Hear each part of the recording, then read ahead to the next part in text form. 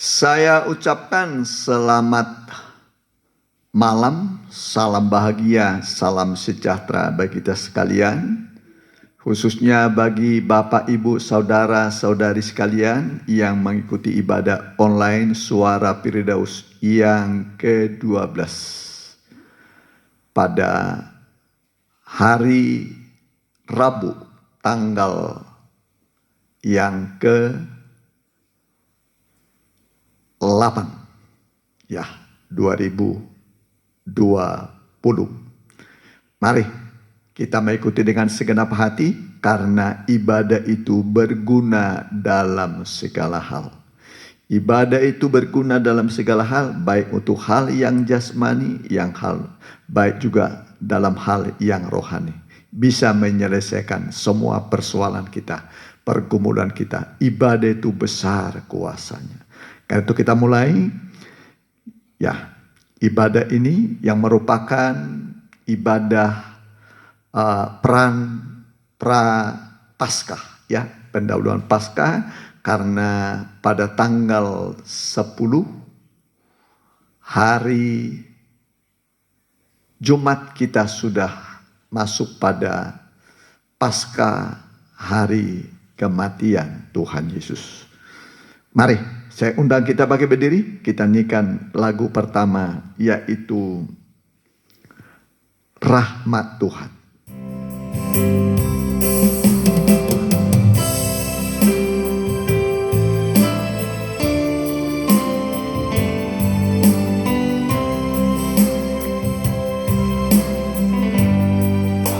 Rahmat Tuhan selalu menjadi pujianku,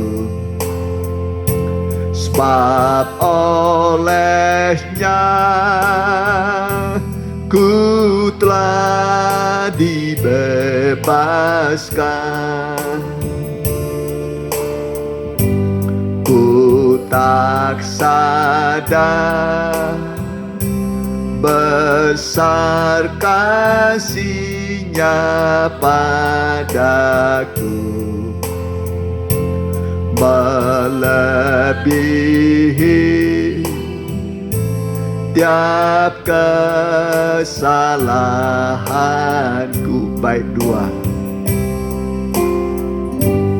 Oleh rahmat Tuhan mengangkat hidupku dari suatu lembah kenistaan.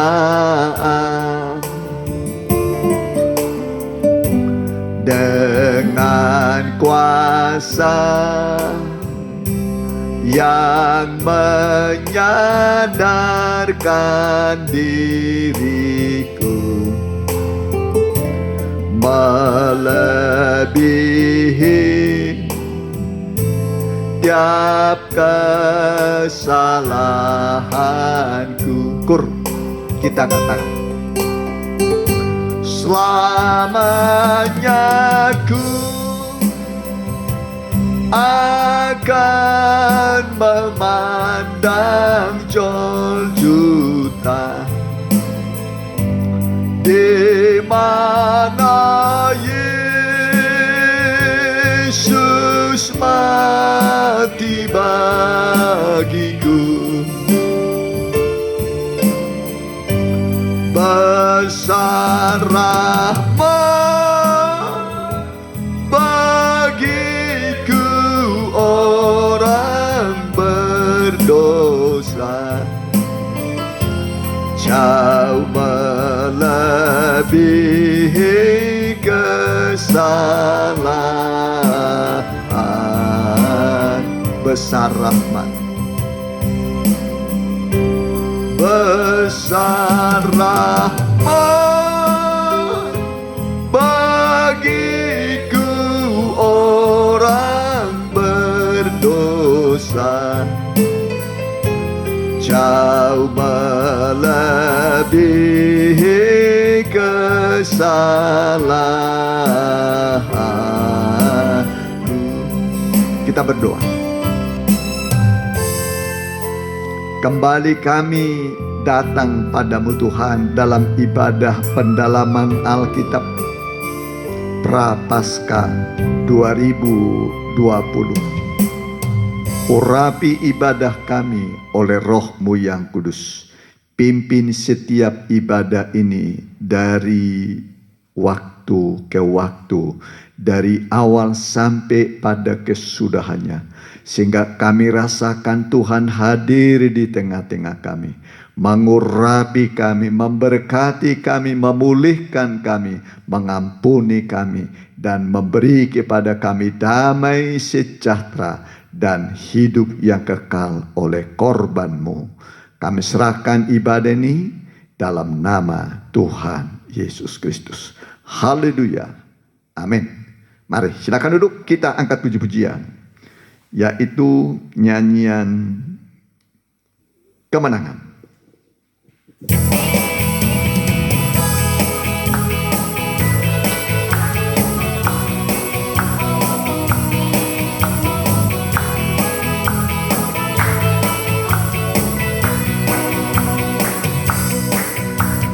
Sekarang telah tiba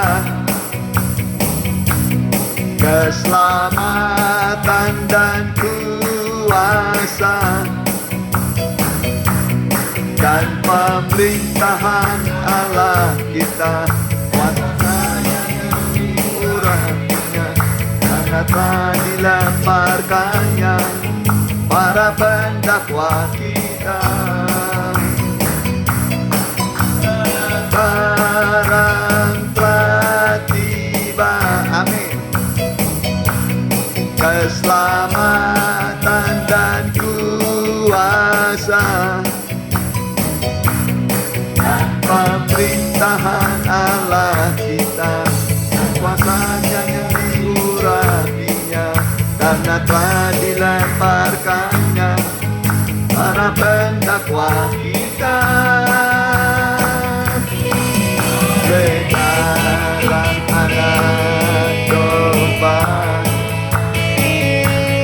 oleh kesaksian kita,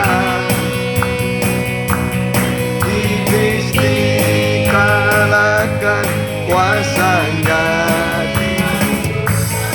oleh darah anak domba.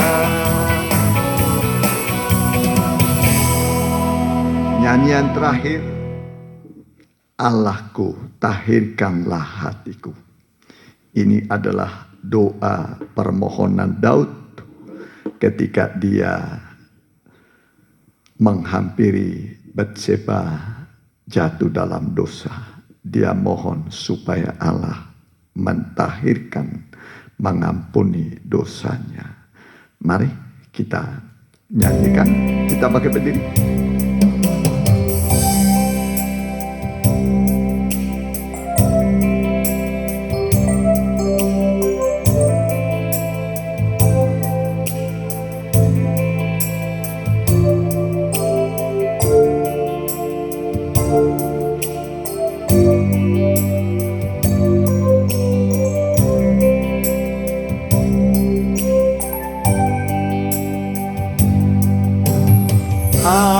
Allahku tahirkanlah hatiku,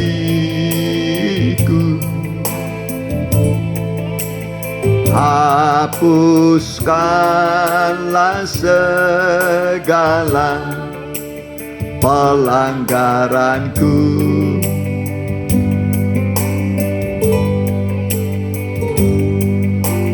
ciptakan hati yang suci dan murni, baharui batinku dengan roh yang teguh. Allahku tahirkanlah hatiku. Allahku, kita angkat tangan. Tahirkanlah hatiku,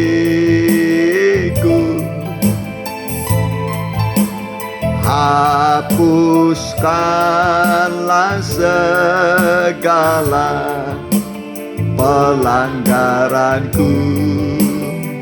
Amin. Ciptakan hati yang suci dan murni,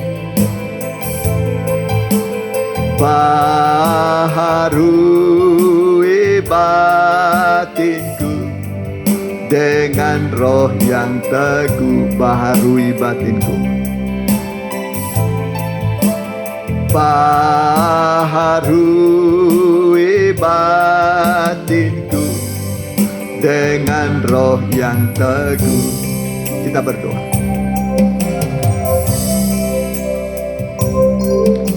Haleluya.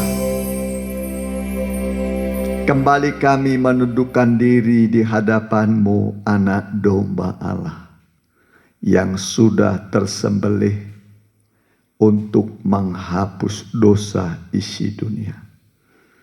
Inilah kami menanti-nantikan firman-Mu. Firman Allah yang hidup dan berkuasa, yang bisa menghapus air mata kami, menghapus segala duka cita kami, menciptakan bagi kami apa yang belum kami miliki.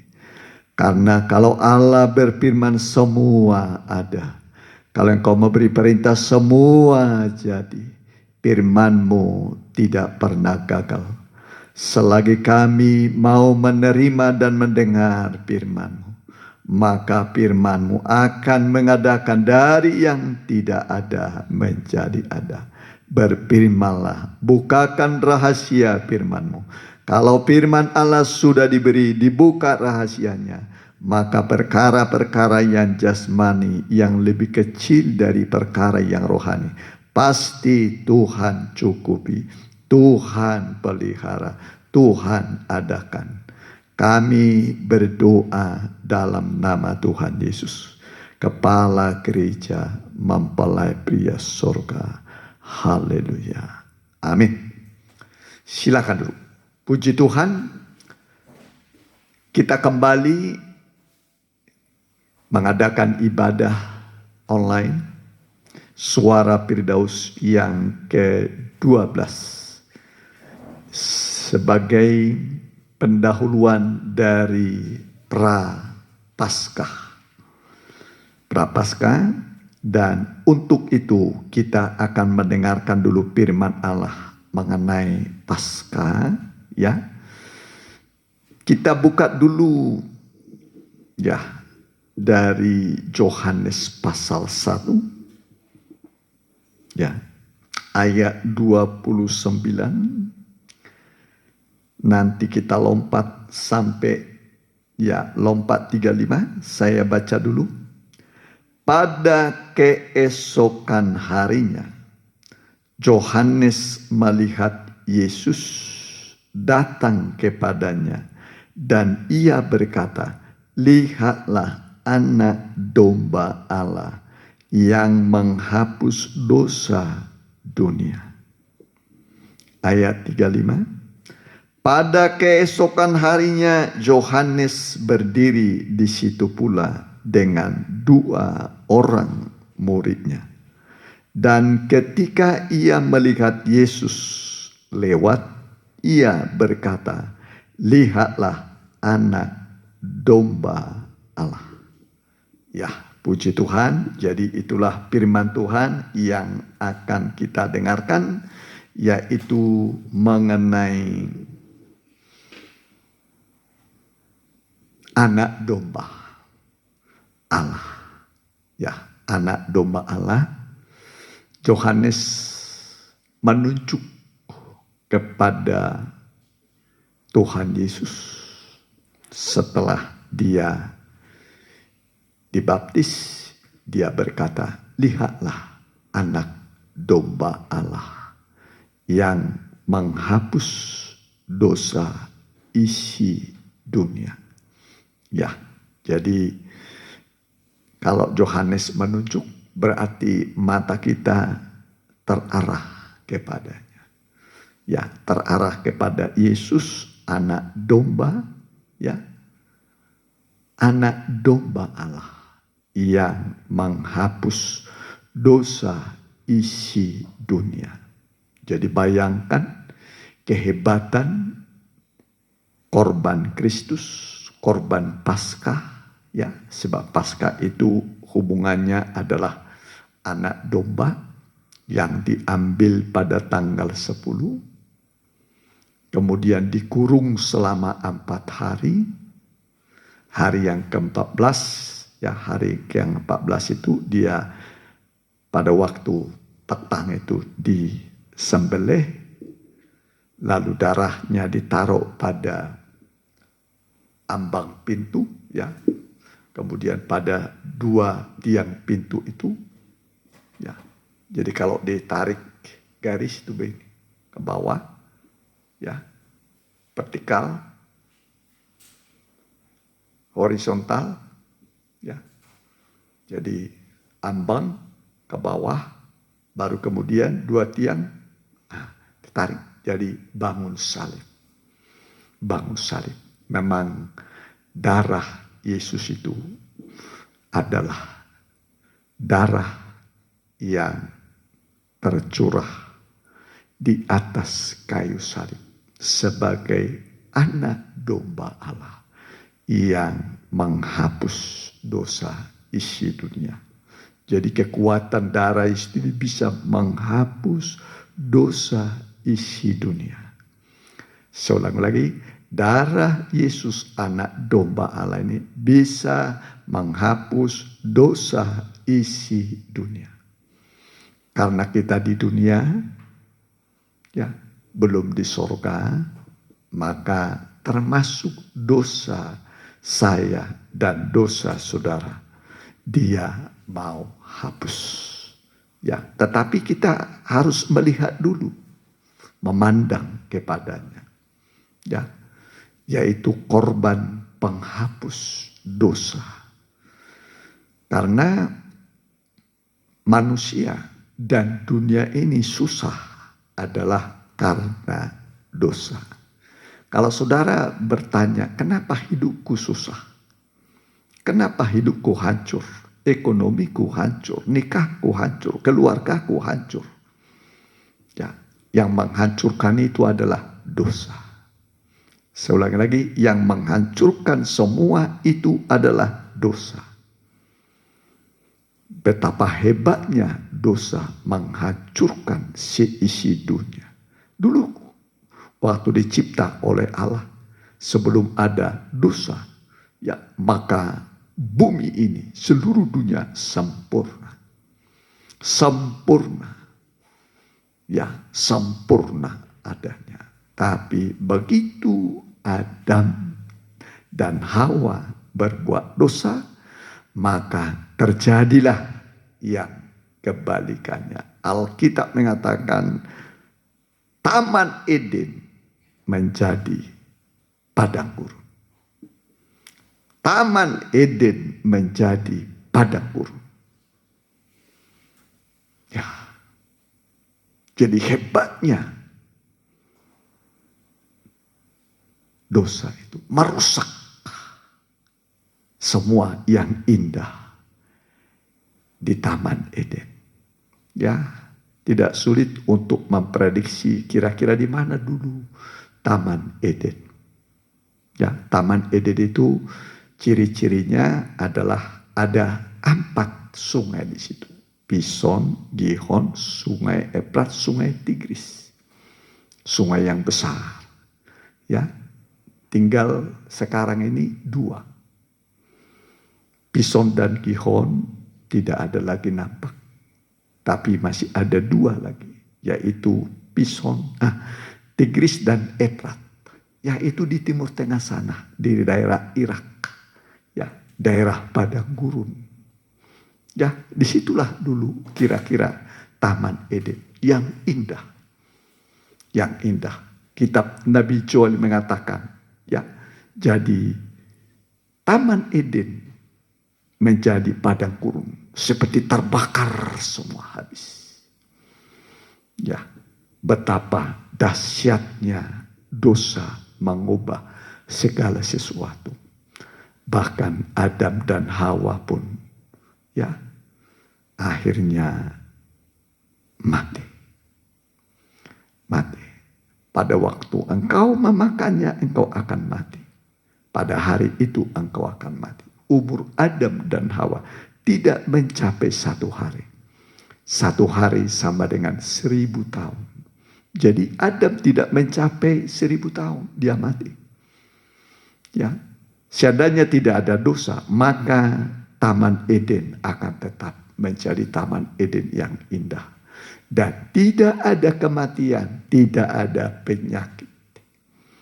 Ya, tidak ada kematian, tidak ada penyakit. Jadi dosa ini yang menghancurkan semua. Ya.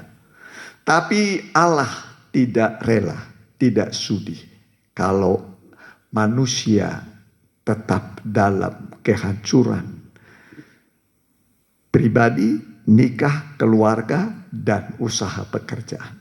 Tidak sudi. Maka dia mengutus anaknya yang tunggal. Ini anak tunggal, ini anak satu-satunya. Ditekankan anak tunggal, ya. Pengertian anak tunggal itu berarti anak satu-satunya. Kalau Allah itu punya 5 anak, upamanya dikasih 1, masih ada sisa 4. Kalau dia punya 4 dikasih 1, ya masih ada 3.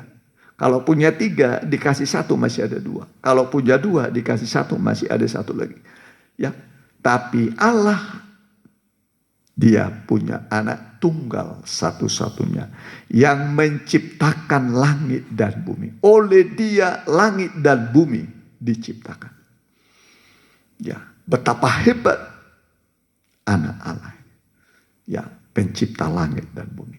Tapi karena begitu besar kasih Allah akan dunia ini, sehingga dia telah mengaruniakan anaknya yang tunggal.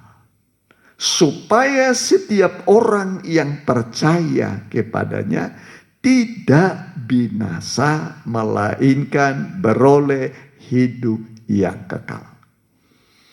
Jadi cintanya, kasihnya Allah mendorong dia harus melepaskan anak tunggal yang ada di pangkuannya. Anak itu penuh kasih karunia dan kebenaran. Dia lepaskan, lahir di kandang domba yang hina. Ya, semiskin-miskin manusia belum ada orang lahir di kandang domba. Kandang domba itu kotor, berbau, jijik. Jarak berapa meter saudara lewat dari kandang domba nggak kuat saudara, saking baunya. Ya. Tapi disitulah Yesus lahir. Di tempat yang bau, di malam yang gelap. Inilah gambaran keadaan dunia, keadaan manusia. Gelap dan berbau. Tapi Yesus rela lahir di sana. Di kandang domba yang gelap dan berbau. Ya, dan ada suara berkata, ya, hari ini aku memberikan kepada kamu kesukaan besar, ya, bagi segala bangsa, ya, di mana telah lahir bagimu juru selamat, yaitu Kristus Tuhan di kota Daud. Ya, Yesus lahir itu, ya, di Betlehem Efrata, di kandang domba yang kotor, berbau. Nah, saudara, jadi inilah namanya kerendahan hati. Anak domba itu menuju kepada kelemah lembutan dan kerendahan hati.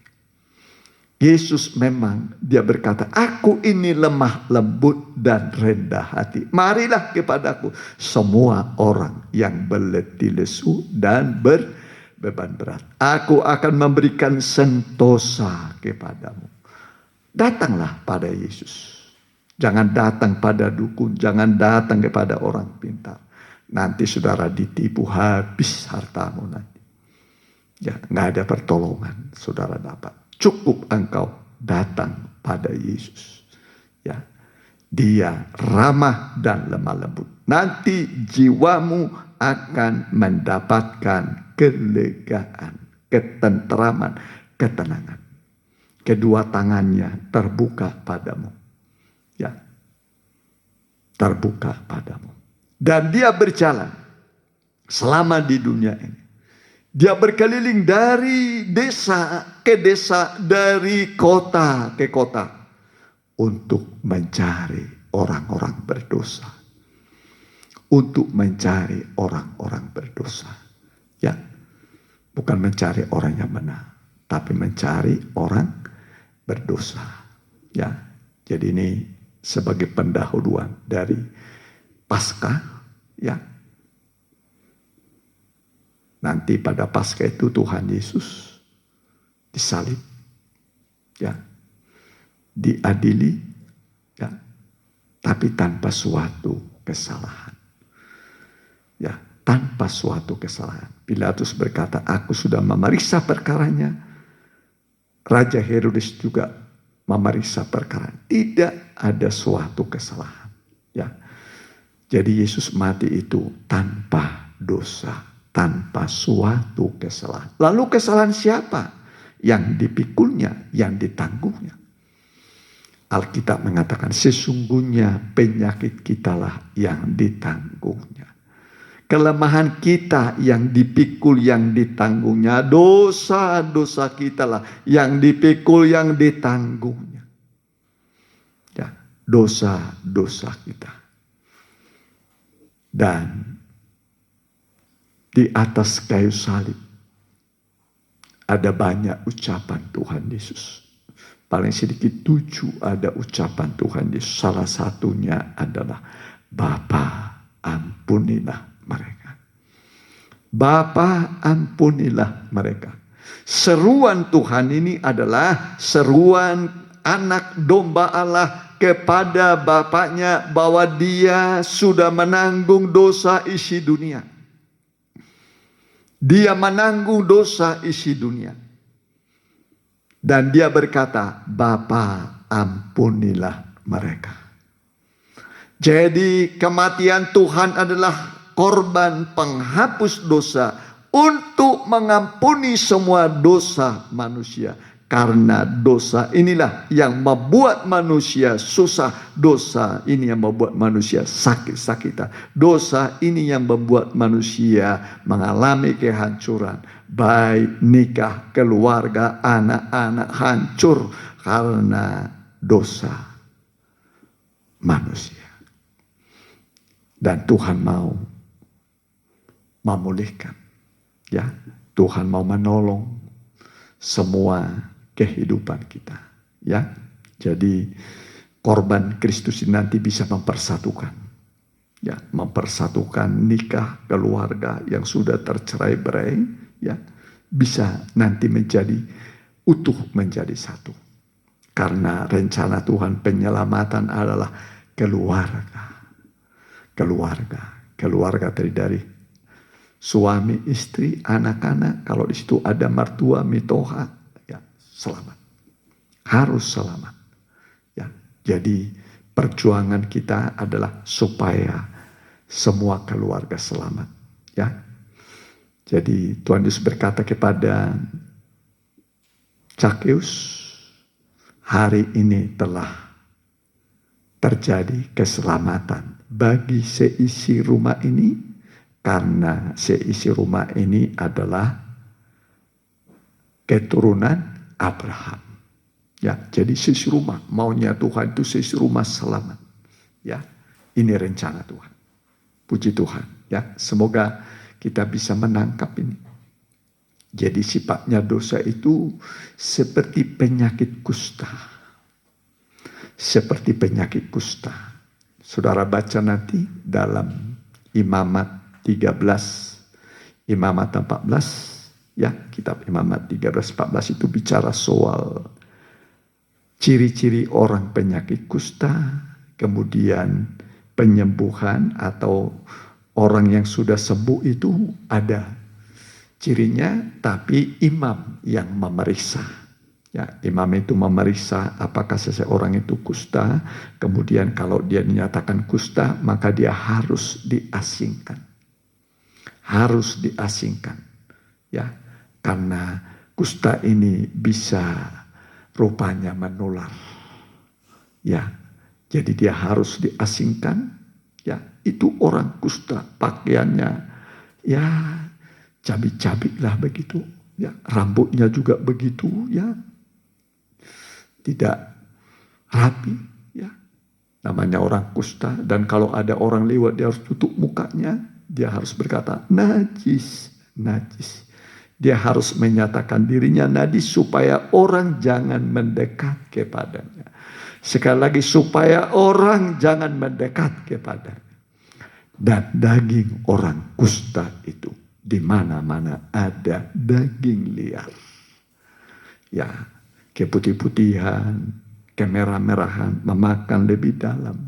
Ya. Jadi bisa daging liar di mana-mana. Rusak tubuh orang kusta. Rusak, menderita orang kusta. Sudah menderita, kemudian diasingkan lagi. Ini adalah karena dosa kenajisan. Ya, dosa kenajisan. Mau saudara tahu daftar dosa kenajisan? Mari saya tunjukkan pada saudara. Dalam Injil Markus pasal yang ke-7. Ya. Injil Markus pasal yang ke-7. Saya tunjukkan pada saudara. Ya. Ada beberapa dosa yang membuat manusia hancur hidupnya. Ya. Markus pasal 7. Ayatnya yang ke 20 sampai 23. Ya. Saya baca. Ya. Katanya lagi, apa yang keluar dari seseorang, itulah yang menajiskannya. Terus, sebab dari dalam, dari hati orang, kita hitung, timbul segala pikiran jahat. Nah, pikiran jahat. 2, percabulan. 3, pencurian. Ya, termasuk milik Tuhan. Pembunuhan. Keempat, membenci orang itu sama dengan membunuh. Perzinahan. Keserakahan, serakah. Ya. Kejahatan. Kelicikan. Hawa nafsu. Iri hati. Hujat. Kesombongan, kebebalan. 13. Terus, ya, itu yang disebut menajiskan orang. 13. Israel itu satu bangsa, 12 suku. 12 suku. Ya. Kalau angka 13 itu angka bangsa kafir. Angka bangsa kafir. Ya, angka bangsa kafir. Ini dosa bangsa kafir. Ya, ini dosa 13 ini. Ini yang menajiskan orang, yang membuat kusta, yang membuat tubuh itu, keluarga itu mengalami penderitaan dan kehancuran. Sehingga terjadi daging liar. Bisa anaknya jadi liar, suaminya jadi liar, istrinya jadi liar.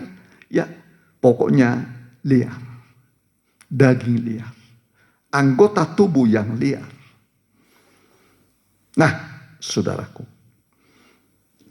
Yesus datang ke dunia ini mencari dan menyelamatkan orang-orang berdosa, termasuk orang yang kusta, yang diasingkan. Sekali lagi, termasuk orang berdosa yang diasingkan. Ada seorang yang penuh kusta. Yesus datang sengaja kepada orang kusta yang diasingkan, yang sudah mengalami kehancuran masa depannya. Hancur sudah. Tinggal tunggu waktu juga, nanti mati dia di situ. Mati dalam kusta.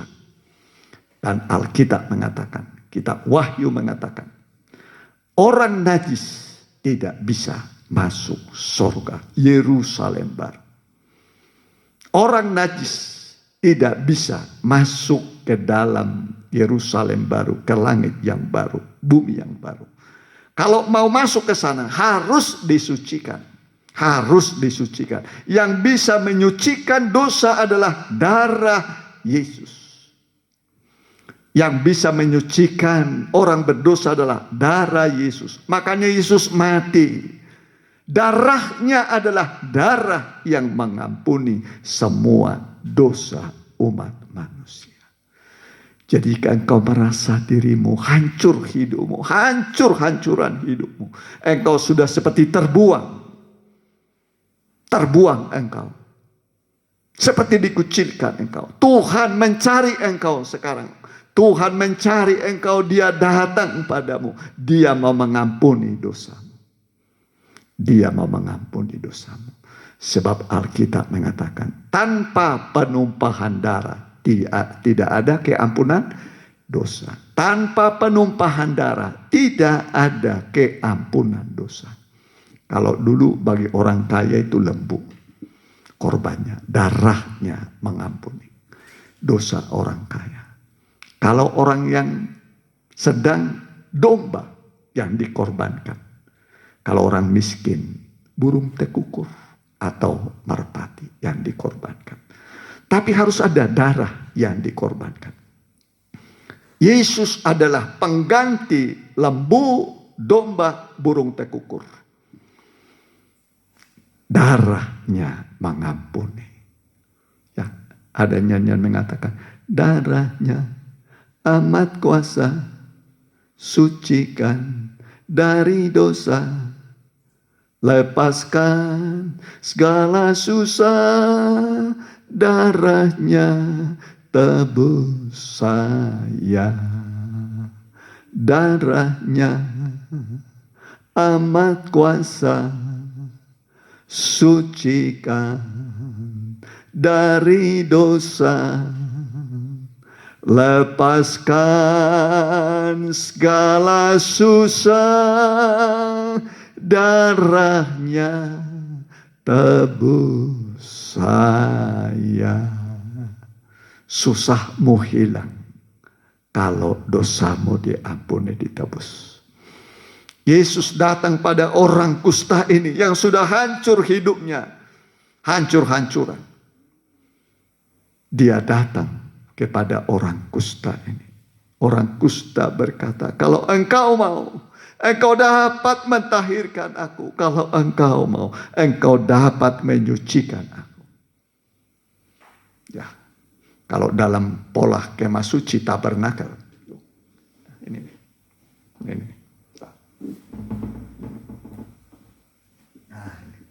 Mesbah ini. Ini mesbah ini. Altar. Panjangnya 5 hasta, lebarnya 5 hasta, tingginya 3 hasta. Ya. Lalu dikorban ke sini, tekukur, lembu, domba. Ya. Darahnya dicurahkan di situ. Ya, darahnya dicurahkan. Dengan itu nanti orang kusta itu diampuni, tahir dia. Tapi sekarang yang bisa mengampuni dosa hanya satu. Darah Yesus, anak domba Allah. Lihatlah anak domba Allah yang menghapus dosa isi dunia. Tanpa penumpahan darah tidak ada keampunan dosa. Masalah dunia itu masalah dosa. Dosa perkataan, perbuatan, isi hati. Ya. Tapi kalau engkau mau datang pada Yesus, mengaku orang berdosa, ya seperti orang kusta ini. Dia berkata, kalau engkau mau, engkau dapat mentahirkan aku. Kata Tuhan, katamu kalau engkau mau. Lalu dia pegang orang kusta ini, tumpang tangan dia. Dia berkata, aku mau, jadilah engkau tahir. Detik itu, menit itu, hari itu juga orang kusta ini tahir. Bersih dia. Tidak ada bekasnya sedikit. Tidak ada lagi daging liar. Tidak ada lagi penderitaan. Dia melihat semua tubuhnya bersih. Suci.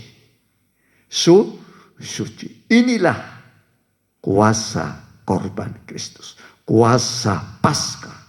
Kuasa kematian Tuhan. Bisa mengampuni dosa. Membuat semua menjadi utuh. Tidak ada lagi yang liar. Ya, mau saya baca? Ya. Saya baca dulu pada kita sekalian. Dalam Markus pasal yang pertama. Begini bunyinya. Ya.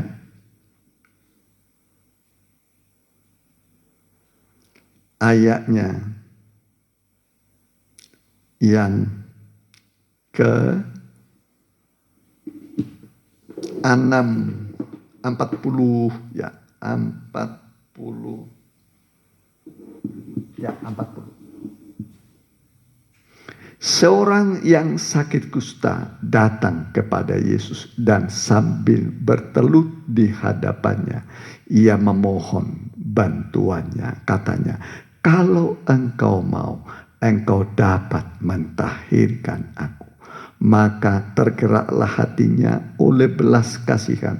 Lalu ia mengulurkan tangannya, menjamah orang itu dan berkata kepadanya, aku mau, jadilah engkau tahir.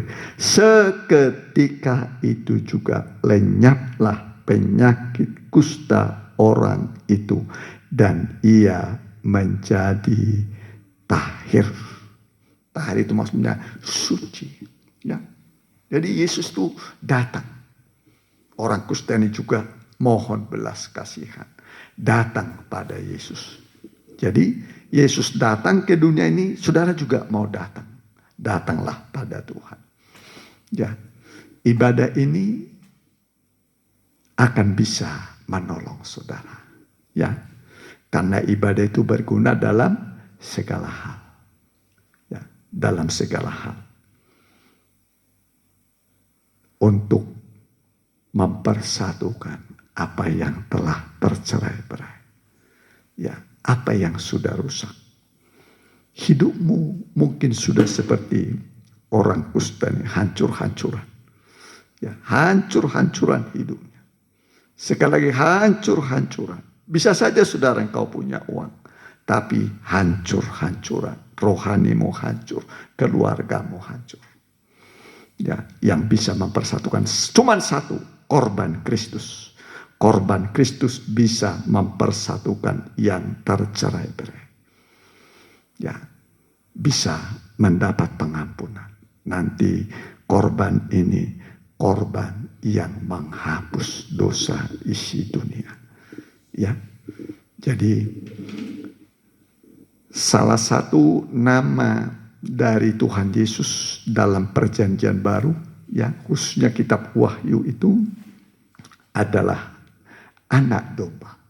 Ya, tadi saya hitung, anak saya saya suruh menghitung kata anak domba dalam kitab Wahyu itu ada 34. Ya, 34 kali kata anak domba. Nama yang dipakai pada pribadi Yesus. Sedangkan kata Yesus dalam kitab Wahyu cuma 12. Cuma 12. Jadi namanya nanti anak domba, anak domba, anak domba. Itulah Tuhan Yesus yang lemah lembut dan rendah hati. Yang bisa mengampuni dosa, menolong saudara. Ya, menyelesaikan masalahmu. Ya, darahnya yang tanpa cacat celah telah dikorbankan untuk keselamatanmu. Karena itu, saudara yang dikasihi oleh Tuhan, siapapun saudara, ya, kalau engkau merasa hidupmu sudah hancur-hancuran, ya, datanglah pada Tuhan. Ya, Tuhan mau mengampuni. Dia mau lupakan semua. Kalau Tuhan mengampuni, dia melupakan. Itu Tuhan. Kalau manusia mengampuni, diingat-ingat terus. Dalam kitab Ibrani dikatakan, aku tidak mengingat-ingat dosa mereka. Bayangkan, masa lalumu, masa lalu hidupmu, waktu engkau belum bertobat, Tuhan lupakan. Jadi engkau menjadi ciptaan yang baru. Ciptaan yang baru di dalam Tuhan. Ya, siapa yang ada di dalam Kristus, dia adalah ciptaan baru. Yang lama sudah berlalu, yang baru sudah datang. Yang lama hidup yang kusta, yang penuh dengan kenajisan, dengan dosa tadi. Ya, daftar 13 dosa yang membuat najis manusia. Itu Tuhan lupakan. Dan engkau menjadi ciptaan baru. Seperti orang kusta ini. Ciptaan baru. Manusia baru. Tubuh yang baru. Hidup rohani yang baru. Itulah hasil jamahan Tuhan. Tuhan menjamah itu bersekutu. Menjamatinya bersekutu. Tuhan mau menjamah engkau malam ini. Mau bersekutu dengan engkau. Mengampuni dosamu. Dan mengangkat semua beban hidupmu. Pastikan Tuhan mengasihi. Saya tidak ragu mengatakan malam ini Tuhan akan menjamah engkau. Dan mengampuni dosamu. Sehingga kau menjadi ciptaan baru. Siapa yang ada dalam Kristus. Dia adalah ciptaan yang baru. Yang lama sudah berlalu. Yang baru sudah datang. Manusia baru. Seperti orang kusta ini. Puji Tuhan. Mari kita angkat sebuah lagu. Tuhan selalu ampuni. Dan lupakan yang sudah. Nyanyian lama.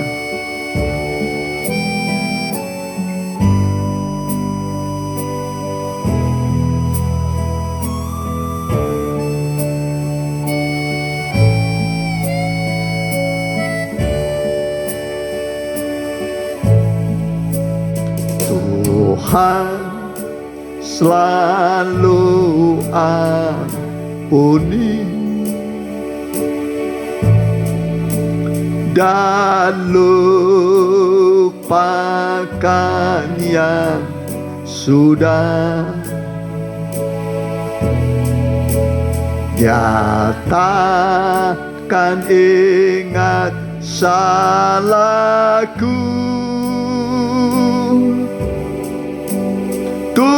Tuhan selalu ampuni.